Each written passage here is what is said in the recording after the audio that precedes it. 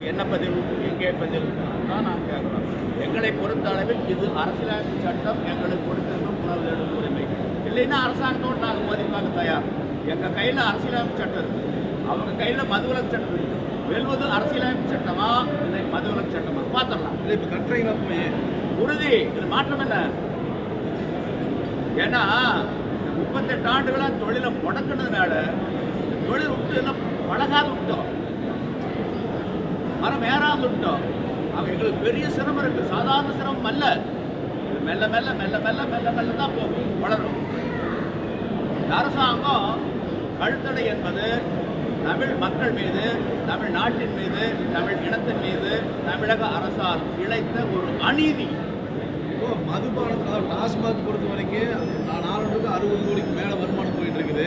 இப்போ இதுக்கு அனுமதி கொடுத்தா அதில் பாதிப்பு ஏற்படுறது அரசாங்கம் பார்க்குமா பார்க்கலாம். இன்னைக்கு கஜானாவே இன்னைக்கு வந்து டாஸ்மாக் வருமானம் ஆடி போயிரு. அதாவது தமிழ்நாடு முதன்மை மாநிலமாக மாறலாம், பெருசாக டாஸ்மாக் விற்பனை பாதிக்காது. ஒரு 5% 10% தான் பாதிக்கும், அதுக்கு மேலே பாதிக்கிறதுக்கு வாய்ப்பே கிடையாது. இதில் போதை குறைவு, அதில் போதை கூடுதல். அது போதை வேணுங்கிறவங்க அங்கே தான் போவாங்க. உடல்நலம் கிடக்கூடாது, குடும்பம் நல்லா இருக்கணும், ஆரோக்கியமாக இருக்கணும் அப்படிங்கிறவங்க தான் கண்டுக்கு வருவாங்க.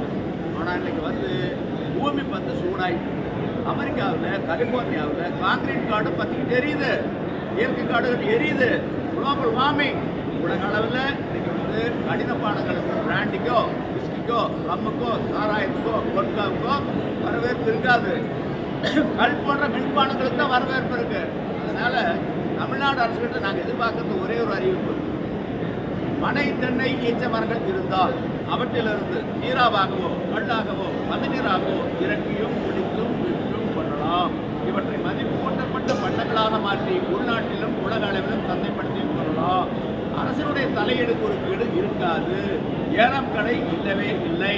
அதே நேரத்தில் கலப்படம் போன்ற தவறுகள் நடப்பதாக கண்டறியப்பட்டால் கடுமையான தண்டனை இருக்கும் என்ற அறிவிப்போடு அரசு கொண்டார்.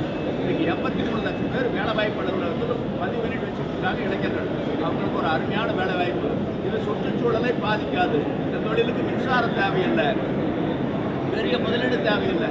பனை, தென்னை தோப்புகள் இருக்கு, நாணயம் மட்டும் இருந்தால் போது குத்தகைக்கு எடுத்து மதிப்பு கொட்டப்பட்ட பண்டங்களாக மாற்றி பவுச்சில், பாட்டில்களில், டென்களில், டப்பாக்களில், டெட்ரா பேக்கில் அடித்து மேலை நாடுகளுக்கு, வளர்ந்த நாடுகளுக்கு, தலைநகரங்களுக்கு, நட்சத்திர விடுதிகளுக்கு, பன்னாட்டு விமானத்தளங்களுக்கு, பரிசெலுத்தப்பட்ட கடைகளுக்கு அனுப்பி உலக அளவில் சந்தைப்படுத்துகின்ற பொழுது தமிழ்நாடு தலை நிமிரும், முதன்மை மாநிலமாக மாறும், பெரிய அளவிலான வருவாய் தமிழ்நாட்டுக்கு கிடைக்கும். இது